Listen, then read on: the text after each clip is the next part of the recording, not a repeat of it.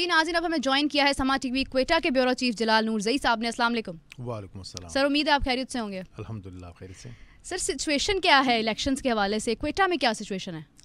دیکھیے، حالات تو پچھلے دنوں سے ہی یہ خراب آ رہے ہیں جب سے الیکشن کمپین جاری ہے، اور پھر کل کے دن تک ناخوشگوار واقعات ہوئے ہیں.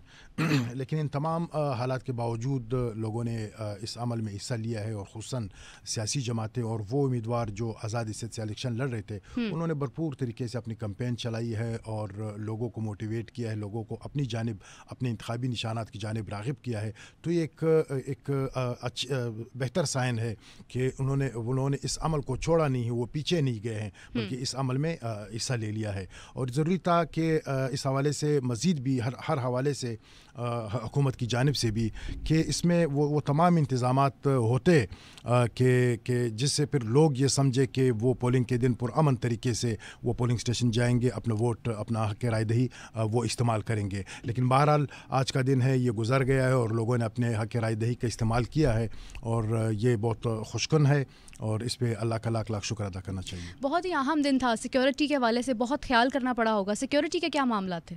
دیکھیں نا، سیکورٹی کی صورتحال تو یقیناً خراب تھے کہ بلوچستان کے آج کے دن تک اگر میں یہ کہوں کہ کوئی 60 کے قریب ناخوشگوار واقعات پیش آئے ہیں، اور پھر 7 فروری کو قلعہ سیف اللہ میں اور پھر اس طرح ضلع پشین میں جو دھماکے ہوئے تھے اس کے نتیجے میں شہادتیں ہوئی ہے معصوم لوگوں کی جو وہاں پہ الیکشن کمپین میں وہ اس عمل میں شریک تھے، اس کی ہوئی ہے. لیکن یہ ہے کہ یہ ان تمام حالات کے باوجود صوبے کے لوگوں نے اس سیاسی عمل میں، اس انتخابی عمل میں بھرپور حصہ لیا، پہل کی ہے. ٹرن آؤٹ سچویشن کیا ہے؟ کیا محسوس کر رہے ہیں؟ الیکشنز نے کس طرح سے چینج کیا ہے، خاص طور پر اگر آپ اس سے پہلے کے الیکشنز کو دیکھیں، ابھی میں کیا فرق دیکھ رہے ہیں؟ دیکھیں کہ کچھ اس حوالے سے ایک مشکلات ہے، اور یہ ایک اندیشہ پایا جاتا ہے کہ ٹرن آؤٹ خاطر خواہ نہ ہو، کیونکہ 2008 میں بھی حالات خراب تھے تو ٹرن آؤٹ بہت ہی زیادہ کم تھا. پھر 2013 کے الیکشن میں کچھ اس میں اضافہ ہوا ہے کہ اس کی شرح میں اضافہ ہوا ہے. 2018 میں 45.27% یہ رہا ہے. تو اگر یہ حالات اس طرح نہ ہوتے، کچھ جو ناخوشگوار واقعات ہوئے تو میرے خیال سے یہ 50% سے اوپر یقیناً ٹرن آؤٹ چلا جاتا. اور اب بھی امید ہے کہ بہتر ٹرن آؤٹ آئیں، لیکن حالات کو دیکھتے ہوئے پھر بھی یہ شک پایا جاتا ہے کہ شاید خاطر خواہ نہ ہو یا کم ہو. یہ سر، اب عوام کا نا ایک بڑا دھیان ہوتا ہے اس طرف کہ حلقہ کون سا امپورٹنٹ ہے، کون سا کوئی ایک ڈینجر نظر آ رہا ہے آپ کو، ڈینجر زون، لائک کہ یہ ایک حلقہ بہت امپورٹنٹ ہے، زیادہ نظریں اس طرف ہوتی ہیں، اس حوالے سے کیا کہیں گے؟ دیکھیں، کوئٹہ چونکہ دارالخلافہ ہے صوبے کا، اس پہ تو لامحالہ لوگوں کی نظر ہے. بالکل. اور پھر اس کے 3 حلقے ہیں. ان 3 حلقوں میں 2 حلقے بہت زیادہ اہمیت کے حامل ہے کہ اس میں NA 263 سے محمود خان اچکزئی وہ انتخاب لڑ رہے ہیں، اور پھر صوبے کی ایک معروف شخصیت ہے نواب اسلم ریسانی، اس کے چھوٹے بھائی نوابزادہ لشکری ریسانی وہ انتخاب لڑ رہے ہیں. اور پھر ایک آزاد امیدوار ہے سالار خان جس کو PTI کی حمایت حاصل ہے، وہ بھی الیکشن لڑ رہے ہیں. پھر اس طرح 264 پہ NA 264 پہ سردار اختر مینگل، وہ بلوچستان نیشنل پارٹی کے سربراہ ہے، وہ الیکشن لڑ رہے ہیں. اور پھر اس میں ایک پہلو ہے کہ محمود خان اچکزئی بھی 3 حلقوں سے وہ الیکشن لڑ رہے تھے. پشین کے جو NA 265 ہے وہاں وہ مولانا فضل الرحمان کے حق میں دستبردار ہو گئے. اختر مینگل بدستور 264، 261 اور 256 NA پہ وہ الیکشن لڑ رہے، اور اختر مینگل کی پوزیشن بہت اچھی ہے. محمود خان اچکزئی پشتونخوا پارٹی کے سربراہ ہے، ان کے لیے مشکلات ہے.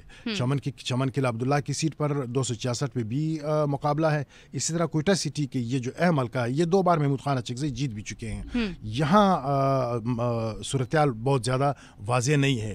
مقابلہ ہوگا اور ابھی کچھ دیر بعد نتائج آنا شروع ہو جائیں گے، پھر دیکھتے ہیں کہ کس کی جیت ہوگی. اور اسی طرح جام کمال جو بلوچستان کے وزیر اعلیٰ رہے ہیں پچھلی حکومت میں اسمبلی میں، جام کمال کا مقابلہ اسلم بوتانی سے ہے. اسلم بوتانی بھی مضبوط کینڈیڈیٹ ہے.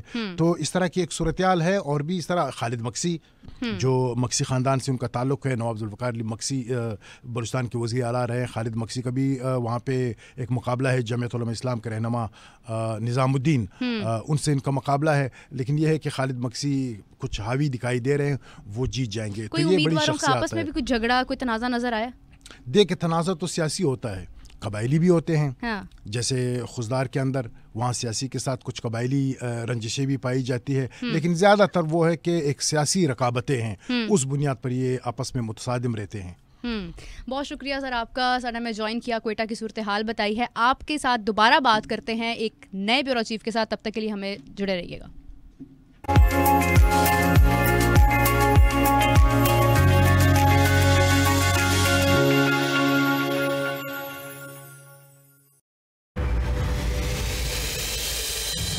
الیکشن 2024 پاکستان کی تاریخ کا سب سے اہم الیکشن. سما کی سب سے بہترین الیکشن سیل ٹیم